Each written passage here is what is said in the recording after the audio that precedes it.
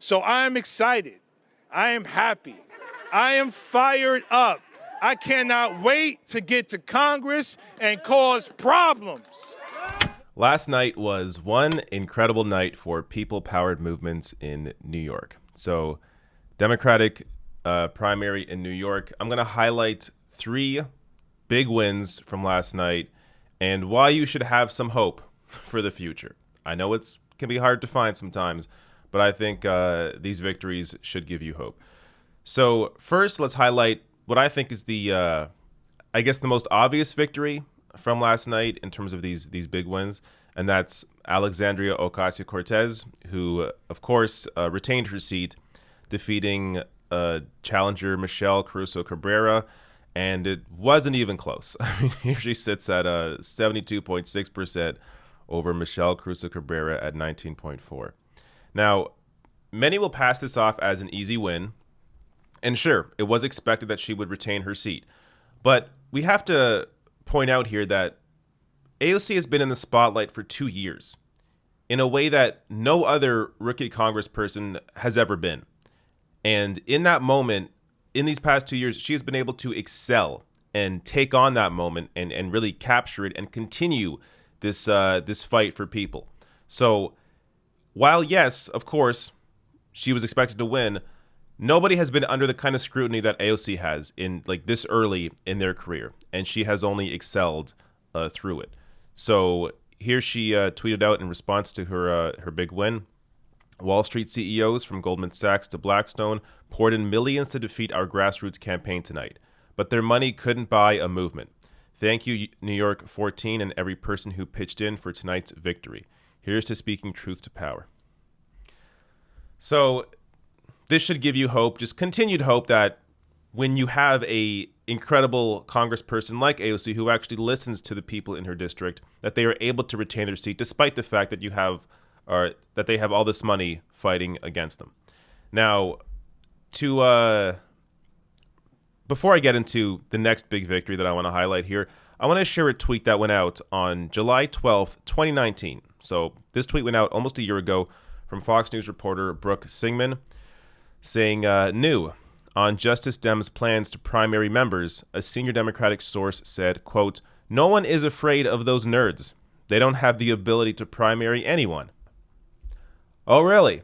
So not only did this tweet come, a year after AOC had already primaried Joe Crowley, showing you that, yes, Justice Democrats can primary people, but a lot of people in the media or Democratic leaders saw that as a fluke. Oh, one big win with AOC defeating a Democratic leader in the House in Joe Crowley. What's the big deal? It's just one win.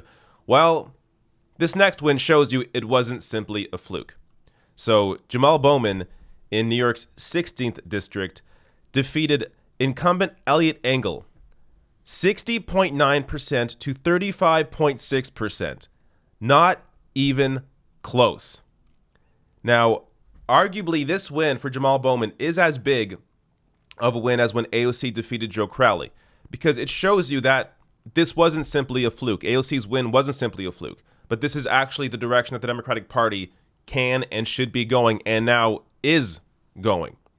So Eliot Engel isn't just some random Democratic incumbent. He was the chair of the House Foreign Affairs Committee, a powerful Democrat in the House who's been there for, since the mid-90s, I believe 16 terms. Jamal Bowman ousting a 16-term incumbent. And, Eliot Engel fought Obama's Iran deal. He took GOP money during this campaign. He was backed by Hillary Clinton, Andrew Cuomo, Chuck Schumer, the Congressional Black Caucus.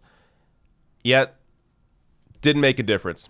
Eliot Engel didn't have the kind of endorsements and support that Jamal Bowman did.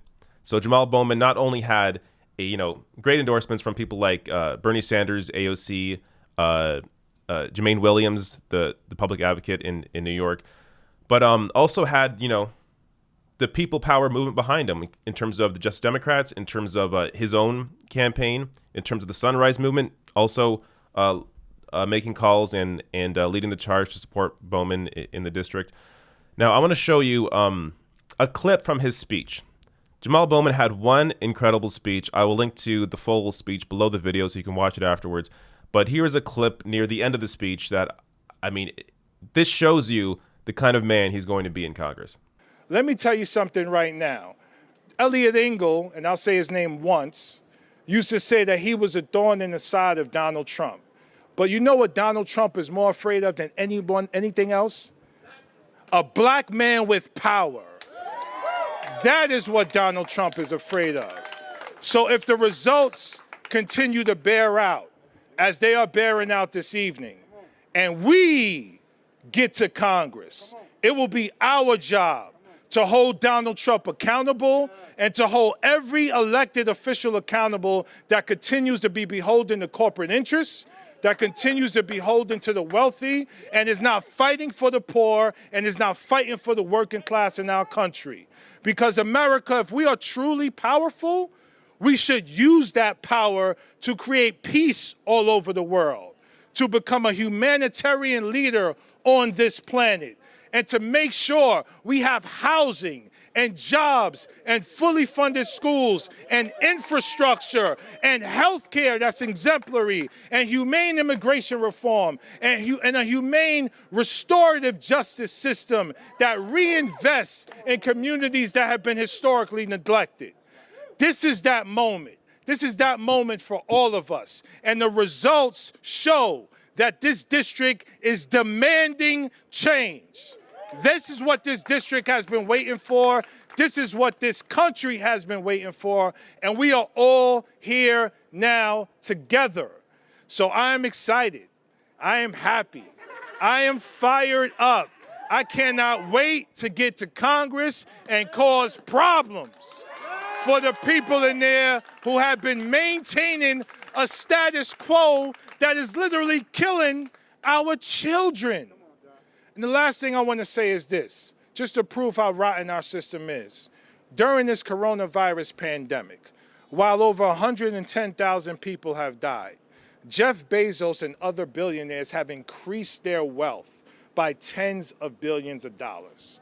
If that doesn't capture how rotten our system is, I don't know what does. So let's allow this to be a moment where every single person in this district and every single person in this country feels like they are a part of our democracy, that their voice matters, and they will engage from the presidency to Congress to State House to City House to City Council to county positions. We need everyone involved to change our country and change the world. Just one incredible speech. And that quote there, I can't wait to get to Congress and cause problems for the status quo. This man, you should be excited to have him in Congress alongside, AOC, Rashida Tlaib, Ilhan Omar, and others that are fighting for people over the interests of corporations and the wealthy. Now, the last race I want to get to here, and this is the perfect transition to do it. So let me show you this tweet from People for Bernie. Hillary Clinton endorsed Eliot Engel and no one in her home district. Mondaire Jones is her new Congress member. So Mondaire Jones winning in New York's 17th district. And this is a race where Democrat Nita Lowey retiring. So it was sort of a free-for-all in this race. And Mondaire Jones was the progressive backed by AOC and Bernie Sanders. And you can see the others on this list, largely status quo politicians, not even close. So Mondaire Jones at 44.8%, and the next closest one is at 20.9%. Now, this tweet from a House editor of the Cook Political Report, Dave Wasserman. Wow, Mondaire Jones races out to a 42-15-15 lead over Evelyn Farkas and Adam Schleifer. Just a few months ago, Jones was a long-shot progressive challenger to appropriations chair Nita Lowey. Now he's the strong favorite to succeed her. So Mondaire Jones is going to become the first openly gay black congressman. And now, again, this is a Democratic primary, but because these are deeply blue districts, he's expected to win in November, much like same with Jamal Bowman. So he supports Medicare for all, living wage, a Green New Deal, cutting the defense budget, and also $2,000 a month checks during the coronavirus. So solid on the issues, and also endorsed by AOC, Bernie Sanders, Pramila Jayapal, Ro Khanna, Katie Porter, Barbara Lee, and others. Now let me show you a a short clip here from his speech. The audio, the video is frozen, but the audio is clear. So check this out. I know many of you were hurting over the results of the presidential primary. You know, Bernie Sanders called me a few days ago. That was an amen. And I was grateful to have that conversation with him. And what I said to him was, Senator Sanders, people were hurting. Young people in particular were hurting over the results of the presidential primary on the Democratic side. But I am enormously grateful to them for channeling that energy, that hurt, that pain, into down ballot races like mine, to build a bench of progressive leaders who can continue the movement of making sure that everybody in this country can live in dignity and in comfort. So Mondaire Jones here points out something that I think is really worth highlighting. The energy that the Bernie Sanders campaign had didn't simply go away when that campaign ended, but instead that energy went into these other down ballot races for these other progressive challengers for Congress. And you're seeing that. I mean, you saw that with the massive win that AOC has. You saw that with the massive win for Jamal Bowman, and you also seen that with the massive win for Mondaire Jones. The energy has not gone away. It's going to continue, and it's going to continue growing. So these victories in New York are incredibly encouraging, and you are going to see, I mean, the beginning was just AOC, Ilhan Omar, Rashida Tlaib. You're going to see this continue with these candidates as well. And there are others that are also coming in that aren't finalized yet. So Charles Booker in his race for the Democratic primary in Kentucky against McGrath. We're still waiting on those results, but based on the way the count is going and the districts that haven't come in yet in terms of Louisville, it looks like Charles Booker is likely to pull out a victory there, but I don't want to I don't want to jump on that headline yet, so I'm going to wait to see how that turns out. They're going to have the final results on June 30th, so we'll wait for that result. But if Charles Booker pulls out a victory there and goes up against Mitch McConnell, it's going to be a tough race, but it shows you that, the way that Democrats need to go is by having these people-powered movements. Now, for me, that was already obvious before, but when you're seeing now a clear rejection of establishment candidates and politicians like Eliot Engel, who again was backed by Hillary Clinton, Andrew Cuomo, Chuck Schumer. I mean, it is clear as day now. That was a race, just to go back to Jamal Bowman and Eliot Engel for a second, that was a race where all eyes were on it. So unlike AOC, where she had this huge upset over Joe Crowley, AOC was largely ignored in that race. In this race, there was a big focus on Jamal Bowman and Eliot Engel. There was a massive focus on that race. And in that focus, even though Eliot Engel knew Bowman was a real challenge, and the establishment knew that, which is why you had the big endorsements like Hillary Clinton come out, Jamal Bowman still won in the face of that. So it is, you should be excited, is what I'm trying to say. You should be very excited. And this, I think, is only going to continue.